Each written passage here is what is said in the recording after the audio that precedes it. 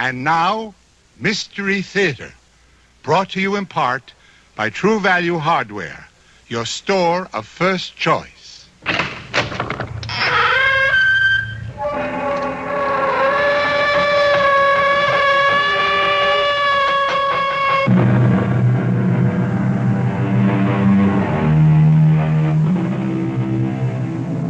Come in.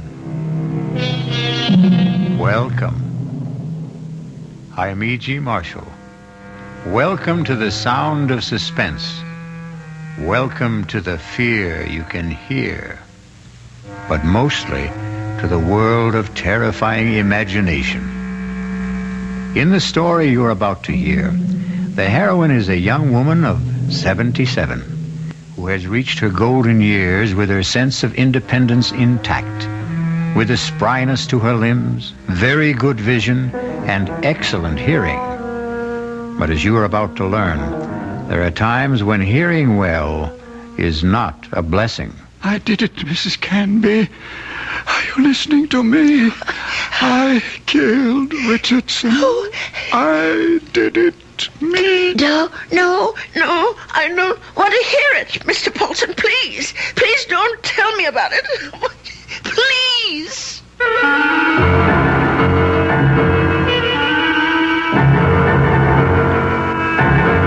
Our mystery drama, The Old Ones Are Hard to Kill, was written especially for the Mystery Theater by Henry Slessor and stars Agnes Moorehead.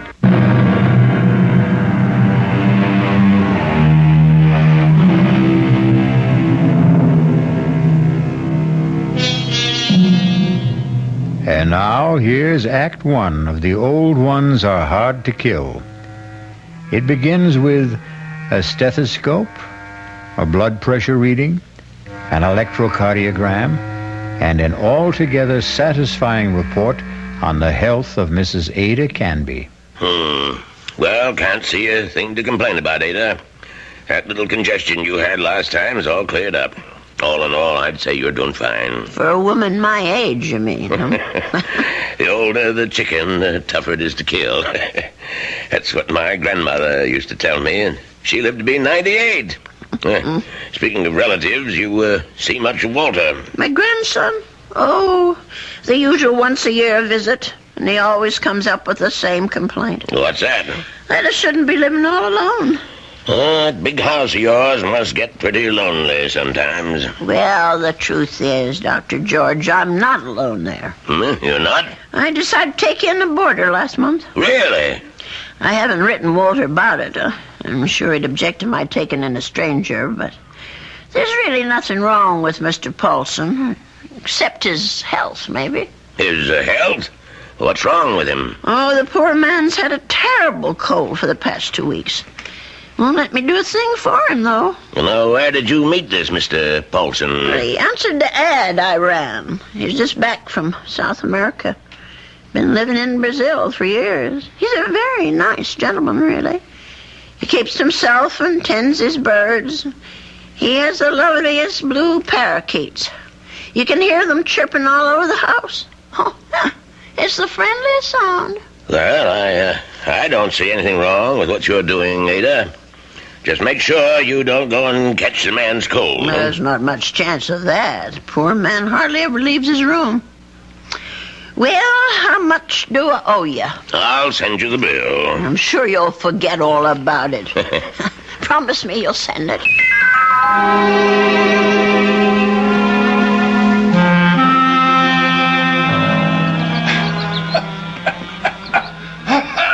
Oh, dear. Mr. Paulson? Are you all right? Yes, Mrs. Canby. I'm all right. That cough sounds worse than ever to me. Why don't you let me fix you a little hot milk and honey? No, thank you, Mrs. Canby. Thanks very much. I'm going to try to get some sleep. Well, all right, if you say so. I guess it's time I was in bed myself.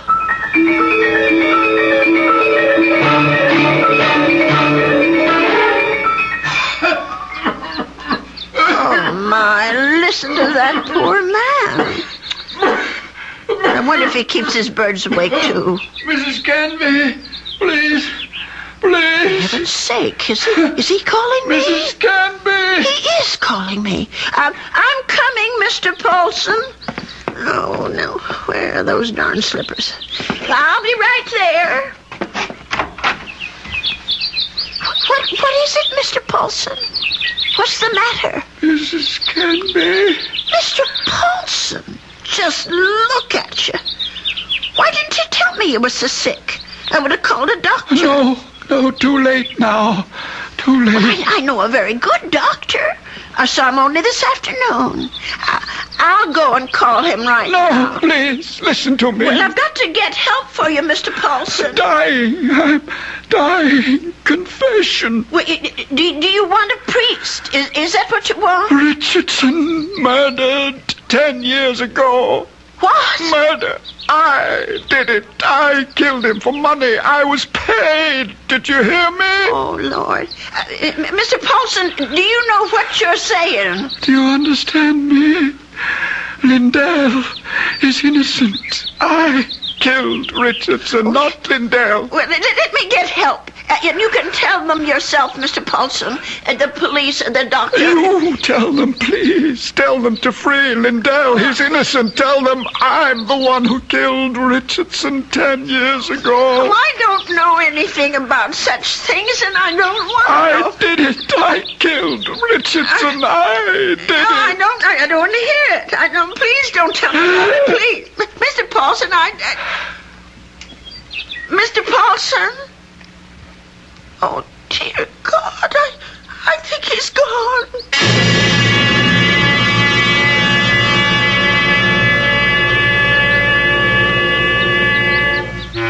Listen to those poor little birdies. I suppose they miss poor Mr. Paulson. I'll lay them in his room. Well, let's see about this letter now. Dear Walter, I hope you don't mind my turning to you for advice, but I really don't know what to do. It's been 3 days since my boarder, Mr. Paulson, passed away, and I still haven't told the police what the man said to me. I just can't bring myself to get mixed up in anything like this. Dear, what's the use of writing Walter? He'll probably think I've dreamed it all up. No, I'll just forget it. Only how do you forget such a thing? Those names, I keep hearing them. Richardson, Lindell. Lindell is innocent. Oh, dear God, what if it's all true? If Mr. Paulson actually murdered this Richardson and Lindell is innocent? Only, well, who are they? I wonder if a telephone book, well, why not? Let's see. Richardson, R-I-C-H-A-R-N. Yes, here it is. Oh, Lord, there's dozens of them. Well, I'll try Lindell. That wouldn't be as common, I don't suppose. Yes, here it is. There's only about half a dozen, then. D-L-D-E-L-L. Oh, my heavens. Lindell and Richardson. Both names together. Lindell and Richardson Investments. 9 Concourse 4153132. I wonder if... Well, maybe it's the only way to be sure.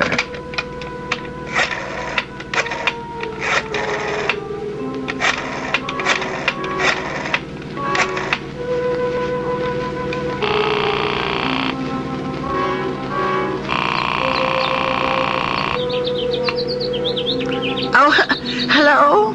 May I speak to Mr. Lindell? He isn't? Well, then what about Mr. Richardson? Oh, I see. Well, is there someone there I can speak to? Yes, please. Thank you. Hello. This is Mr. Chelton. May I be of service? Well, maybe you can. I want to know about your Mr. Richardson, about when he died. I think I did business with him once, a long time ago. Well, it's 10 years, madam, just about. But if you're interested in investment advice... Well, I'll think about it. Thank you very much. 10 years. Well, It could be a coincidence. I guess it all depends on how he died. Well,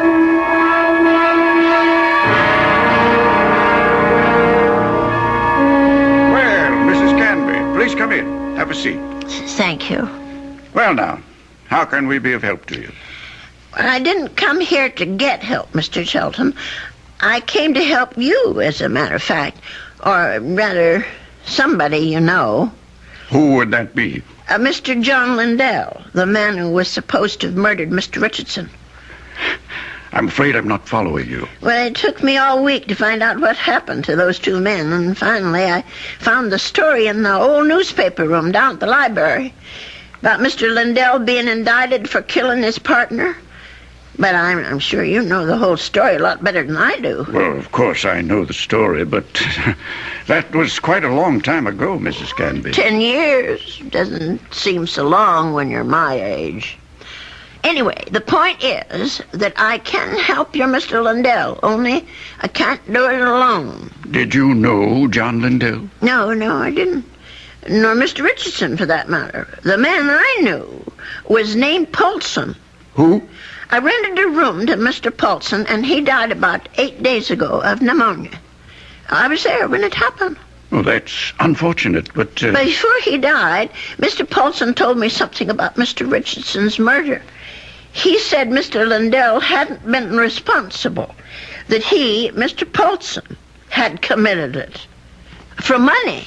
Oh, Mrs. Canby, listen to me. It was this man Lindell that bothered him. The fact that he was in prison for something he didn't do. I thought I should tell you this, Mr. Shelton, because you knew both of these gentlemen. It said so in the newspaper.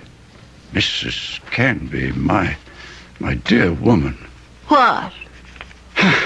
I don't know what silly story you heard, but it's completely wrong. There wasn't any question about what happened. This boarder of yours, whatever his name is, merely had an obsession. Well, just the same, I thought you could follow through on this business. Yeah. Tell the police. Because if it is true, Mr. Lindell should be freed. On evidence like that? Well, I don't know anything about evidence. I'm just telling you what I heard. Well, never mind. I suppose I should have told the police myself. Oh, wait, Mrs. Canby. Let me put your mind at rest. John Lindell is no longer in prison. He isn't? He's dead, Mrs. Canby. He's been dead for the last 3 years. Oh. He wasn't a young man when all this happened, when he accused his partner, Fred Richardson, of defrauding him and shot him dead. He died? In prison? Even if all you say is true, that this man was Richardson's murderer, you can't help John Lindell any longer. He's beyond that. But his name, don't you want to clear his name? Have you any proof, any living witness? Just myself. Forget it, Mrs. Canby. That's my advice to you. The old wound is healed. Don't reopen it. Oh, well, it troubles me so. I haven't thought of anything else since it happened. Perhaps if I saw a minister, if I had some advice from a man of God, maybe... Mrs. Canby, now you've said something. Now you've shown me the way. That's where our answer lies, dear woman, in prayer. Mm-hmm. In the forgiveness of our dear Lord. Will you pray with me, Mrs. Canby? Pray? Here? Why not? God is everywhere. Please, join me. Dear Lord, tell us what to do. Give us your divine guidance. Show us the path to righteousness. Mr. Shelton, Help us, O Lord. Help us to understand. Teach us to forgive the sins of others and to forget them. To forget. I feel much better now, Mrs. Canby. Do you?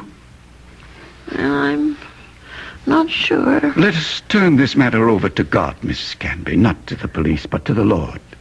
It's in his hands now. Don't you agree? Well, in a way, that's true. Since they're dead now. All of them.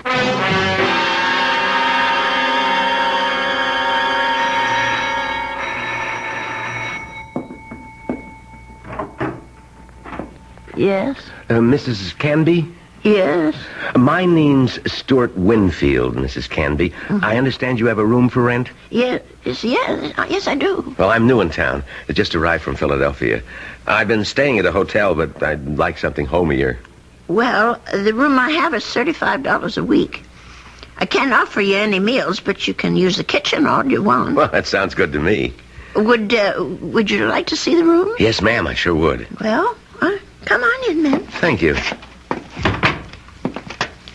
By the way, how did you know I had a room for rent? I was going to place an ad this weekend. Oh, I guess someone at the hotel mentioned it. I forget just who.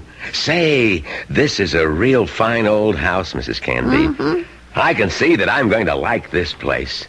Just fine.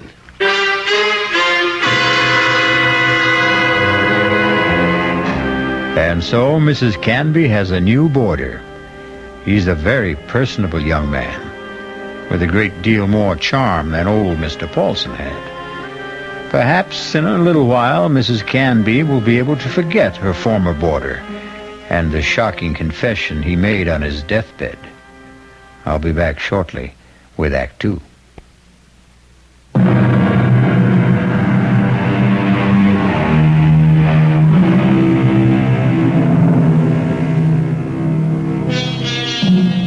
Stu Winfield took no time at all to make himself at home in Ada Canby's big old house.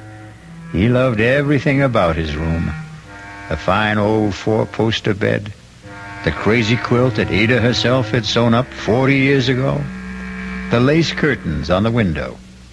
He even loved Mr. Paulson's blue parakeets. But what he really seemed to like best was Mrs. Canby herself. Just take me 2 minutes to get these clean sheets on the bed, Mr. Here, let me give you a hand. No, I can manage. I've been making this bed for almost 50 years. 50? You've lived in this house that long? Moved in here when I got married back in 1919. My husband David bought it for us. Our only son Ralph was born in it. And you've lost them both? Yes, they're both dead, but I haven't lost them. Oh, yes, I understand, Mrs. Canby. I guess I feel that way about my mom. Your mother's dead? Yes, she died when I was 2. Oh. Listen, Mr. Winfield, are you sure you want these birds in your room? I could take them to the parlor if you want. No, I think they're great. I think everything's great about this house. But there is something you can do for me. What's that? Would you mind not calling me Mr. Winfield? Oh? That's what they call my father. My name's Stuart. Well, all right. Stuart.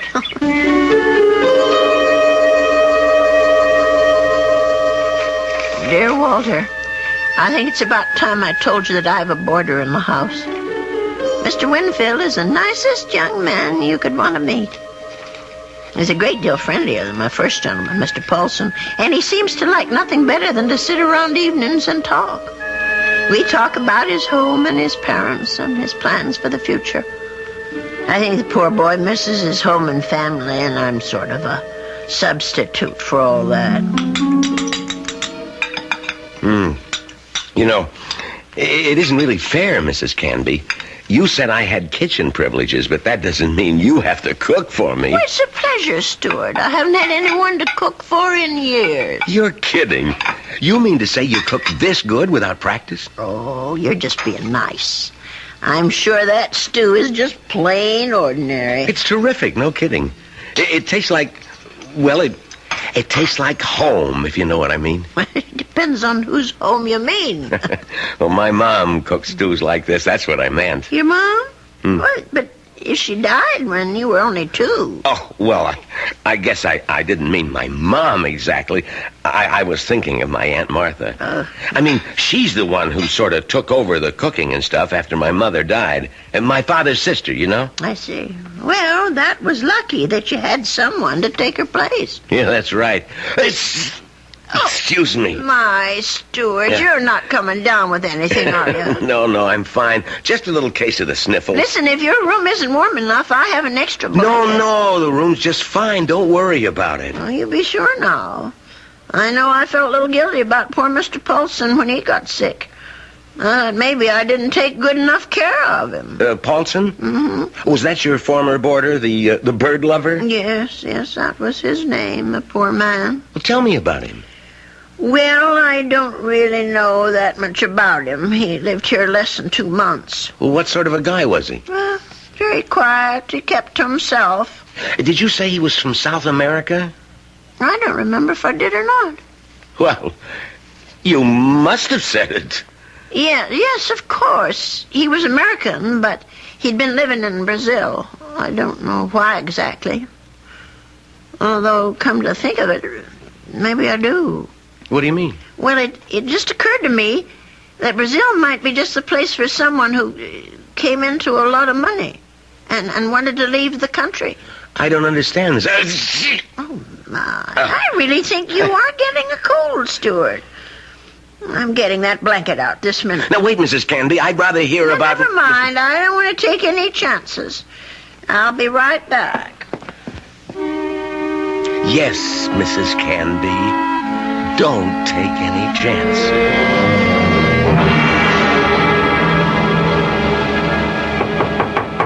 Stuart? Yes? Come in. I brought you a tray, Stuart. Oh. No, you shouldn't have... you shouldn't have gone to all that trouble, Mrs. Canby. Wasn't the least bit of trouble. Besides, you've got to have some supper. Feed a cold and starve a fever. That's what they say. I mean, I was going to come out to the kitchen and get myself a sandwich or something. You didn't have to bring it to me. Oh, look at that. Is that roast chicken? Well, that's what it's supposed to be. I hope it tastes all right. Noodle soup with dumplings. Mrs. Canby, you're spoiling me rotten. Do you know that? Yeah, I just thought it'd be a good idea if you stayed in bed and took it easy. You weren't planning to go out tonight, were you? No, I was just going to stay in and read for a while. Maybe watch television. Well, that's good. Here, I'll just set this tray down. Oh, the service here is just too good. Oh, we never finished our talk the other day about that boarder of yours, Mr. Paulson. Well, there's not much to say about him, really. Well, you said something about his living in South America. You said you thought you understood why he was living there. Sounded real interesting. Well, the truth is, Stuart, there is something to tell about Mr. Paulson. Maybe you can help me feel better about it all. About what? Now, I'm not going to tell you if you don't eat. All right, Mrs. Canby, I'll eat. Well, it happened just about 3 weeks ago.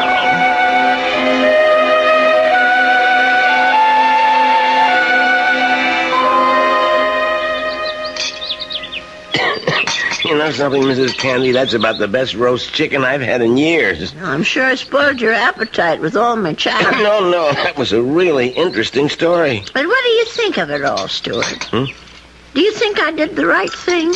Well, frankly, Mrs. Canby, I do. Honestly? Well, this guy Chelton sounds a little screwy, but I think he's all right. I mean, from a practical standpoint. Then you agree with him? Sure. This man Richardson's dead, right? And what's his name, Lindell? Yes. Well, he's dead too, right? And poor Mr. Paulson, the man who supposedly killed Richardson. Well, there you are. Nothing you can do will bring any of them back, right? Well, yes, but just the same. And you know the police, Mrs. Canby. They'll be hounding you forever. Tracking mud into your parlor, bothering you with questions. I just think Mr. Chelton was right. Let sleeping dogs lie. Yes, that's what I keep telling myself, but you know something? What? There's one thing Mr. Chelton forgot. And me too, I suppose. What's that? Why, the real murderer. He may still be alive, even if all the others are gone. Don't you see? No, I don't. Even if Mr. Lindell can't be helped anymore, that doesn't mean the real murderer should get away. But the real murderer is dead. Paulson. No, the killer is the man who hired Mr. Paulson. Don't you see? Is it right that he should get away with it? Now, wait a minute. You're jumping to conclusions. No, I'm not. Mr. Paulson told me that he was hired to do this thing. Well, maybe he was hired by Lindell. Maybe Lindell hired him, and then Paulson got cold feet, and Lindell did the shooting himself. No, I'm sure that isn't true. You see, I read the newspaper article all about it. Well, you really were thorough about this, weren't you, Mrs. Canby? You poor man. That coal's gone to your chest now, hasn't it? No, I'm all right. Stop worrying about me. Let's talk about this other problem of yours. Well, maybe I'm making it more of a problem than it should be. Maybe if I just told the police everything, I could forget it once and for all. No, I really couldn't advise that, Mrs. Canby. Well, it said in the newspaper story that the two men were partners in that investment firm. Mr. Lindell thought that his partner Richardson was cheating, taking money out of the firm, and that's why he's supposed to have shot him. Wasn't there a witness to the shooting? Why, yes, I think there was. Come to think of it, it was Mr. Shelton. That's right. Well, doesn't that wrap it up for you? Well, it would if it wasn't for Mr. Paulson. Listen, Mrs. Canby, you know how much I like you. Why, in just a few days, you're more like family to me than my Aunt Martha ever was. Well, it's nice of you to say, Stuart. And that's why I want you to listen to me about this. That's why I want you to forget about this whole foolish thing. Listen to you. You sound awful, Stuart. Just terrible. No, I'm all right. No, you're not all right. I'm going to get you some cough medicine right this minute.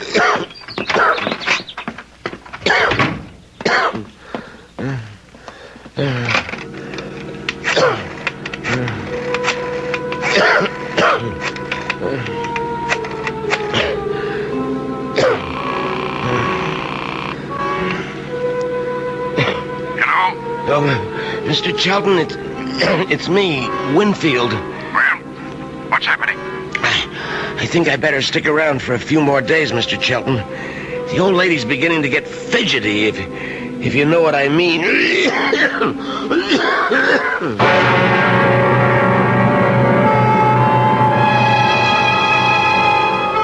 Well, something tells me that Stuart Winfield isn't such a nice young man after all.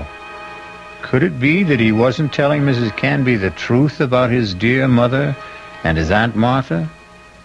Could he have not told her the truth about his plans for the future? Of course, the real issue is, what sort of plan does he have for Ada Canby's future? I'll be back shortly with Act 3.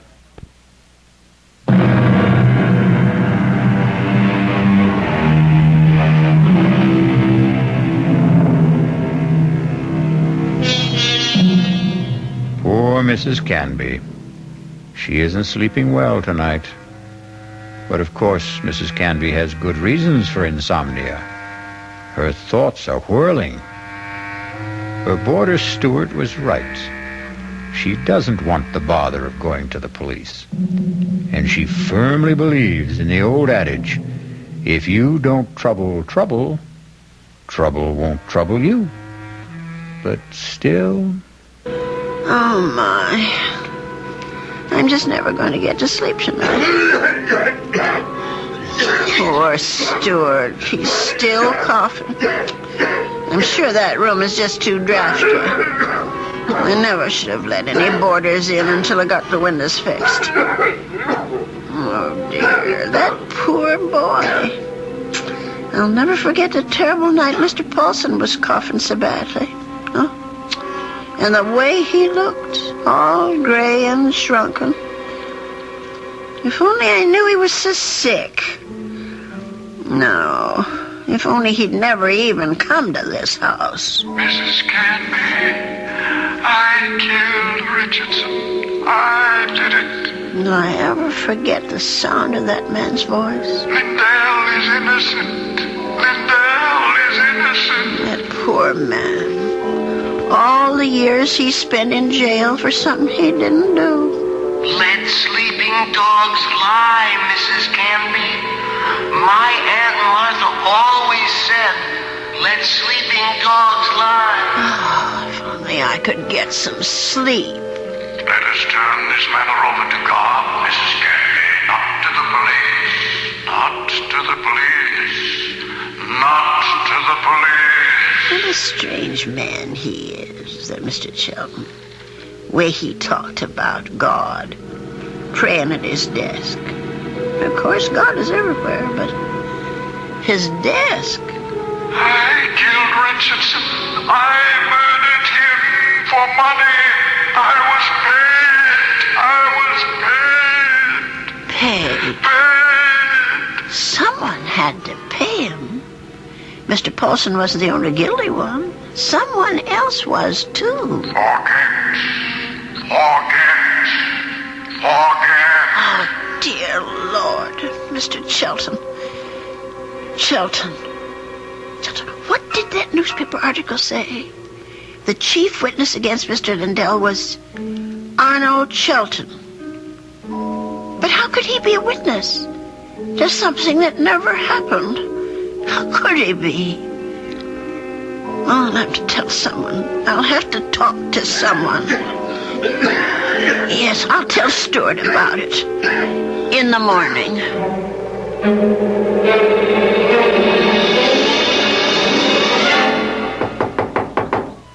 Stuart, are you awake? Yes, I'm up, Mrs. Canby. Come in.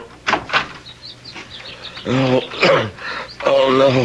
Now, don't tell me I'm getting breakfast in bed, too. Well, I know you had a terrible night last night, Stuart. You were coughing much worse than ever.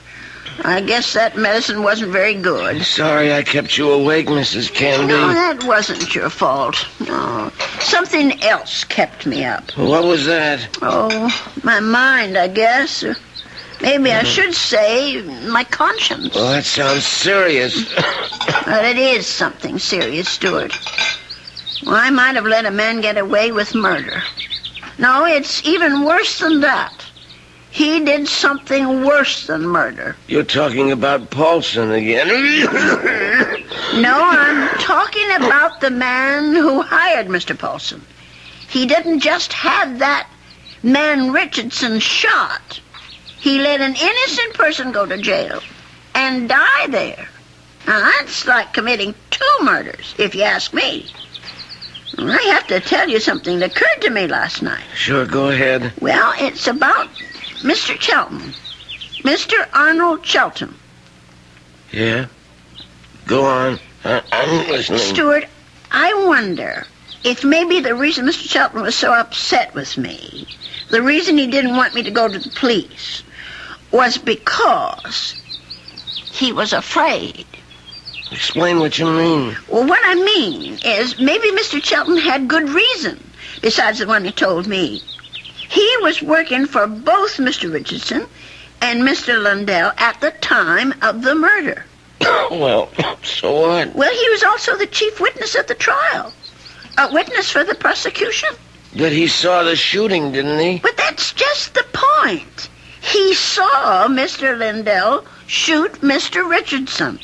Well, that's not what you told me last time.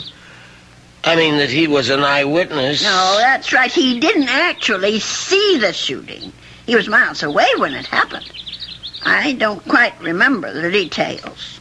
There was something about a phone call, maybe? Yes, that's what it was. He claimed that Mr. Richardson was talking to him on the phone when Mr. Lindell showed up at his apartment.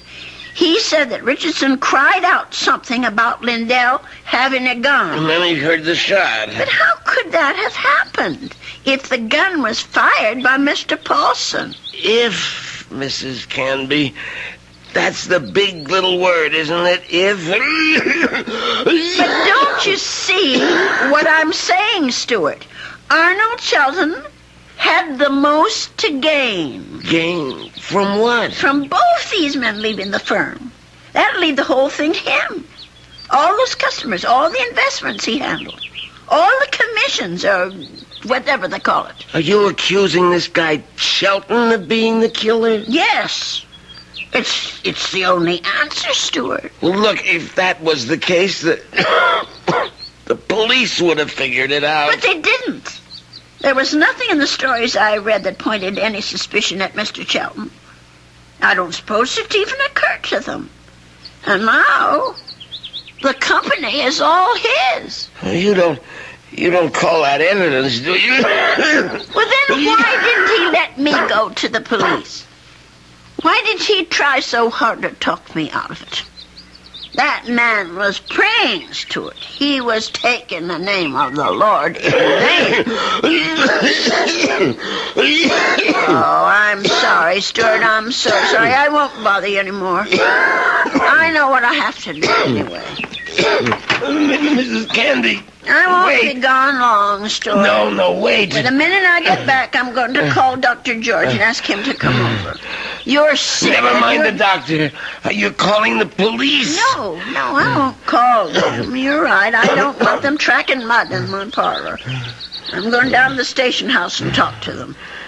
I'll get dressed now and go straight there. Please think about what you're doing. I'll tell them what I know, and they can do the rest.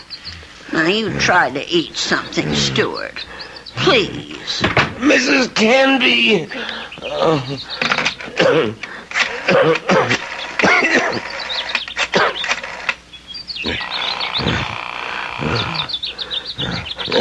Sheldon, What is this, Winfield? I told you not to call me at the office. it's an emergency.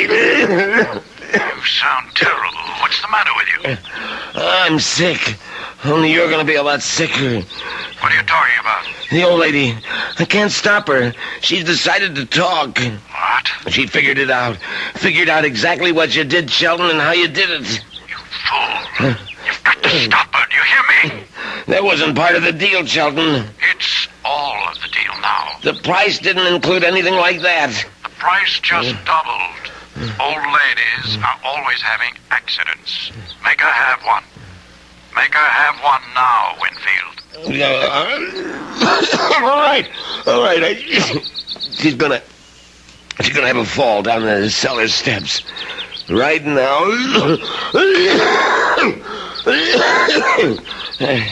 I gotta get my robe on and my slippers. I gotta hurry.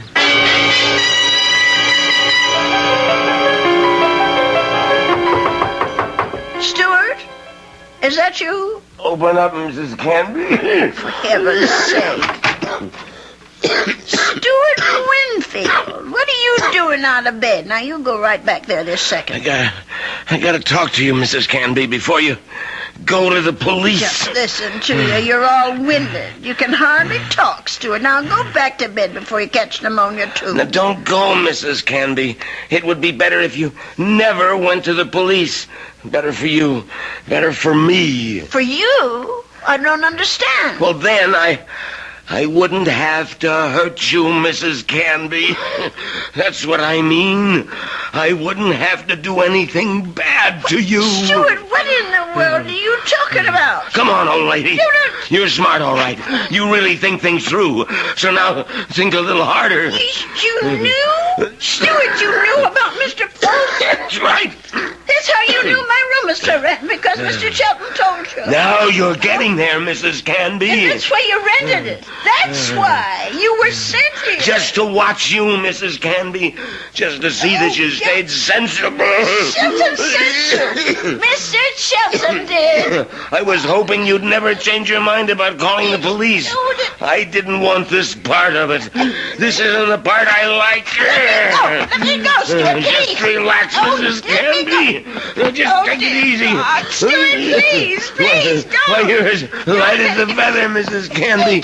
Just like my Aunt Martha would have been if I had an Aunt Martha. Stuart, please, put me down, please. We've got a date now, Mrs. Canby. Let me go. Stuart, let me go. Don't put up such a fight, Mrs. Canby. I'm sick, remember? Stuart, no. Just shut your eyes. Please, shut your eyes and don't look down. God. Stuart, those stairs. Just shut your eyes, old lady. Help me, somebody. They'll all be over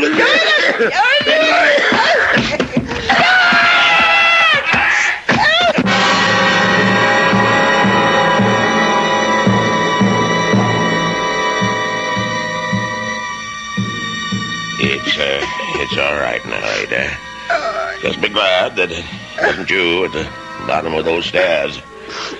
Willie, Will he be all right, Dr. George? Now, what do you want to worry about that man for?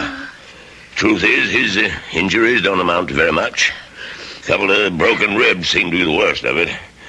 But he'll be a patient for some time before they can put him in prison where he belongs. Him and his friend. What was that man's name again? You mean Mr. Chelton? Have they arrested him? Yeah. That's what the police detective said. I don't understand. Stewart's injuries aren't serious. It's not the fall that made Winfield so sick. His case was diagnosed as simple pneumonia at first. And then I remembered about your first boarder. Nelson, was it? No, Paulson. Yes, Paulson. But he had pneumonia, too. He died of it. Oh, is pneumonia contagious? Yes, it is, but this disease was even more contagious. It's a pneumonia caused by a disease called psittacosis, better known as parrot fever. You get it from sick birds, like the parakeets in your spare room. Oh, no. Mr. Paulson's birds? Sorry, Ada, but they had to be taken out and destroyed. Oh, what a shame. There's one reason I feel sorry for them. They saved your life. Made Mr. Winfield too weak even to throw a little old lady down a flight of steps. Those poor little creatures. Yeah, but you can be grateful they didn't make you sick, too. Parrot fever is so contagious that no more than one person in 1,000 could be exposed to it and escape infection. It was pretty darn close to a miracle, Ada. We're hard to kill, Doctor. Remember? The old ones are hard to kill.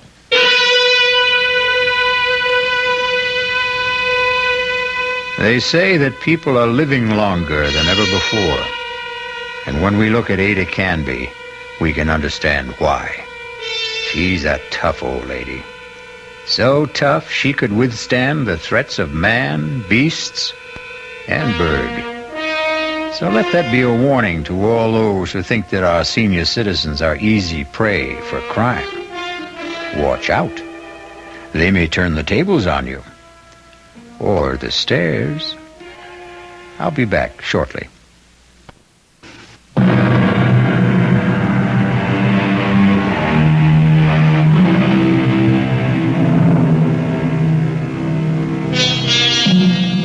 We have one final comment for you on behalf of Ada Canby and old people everywhere.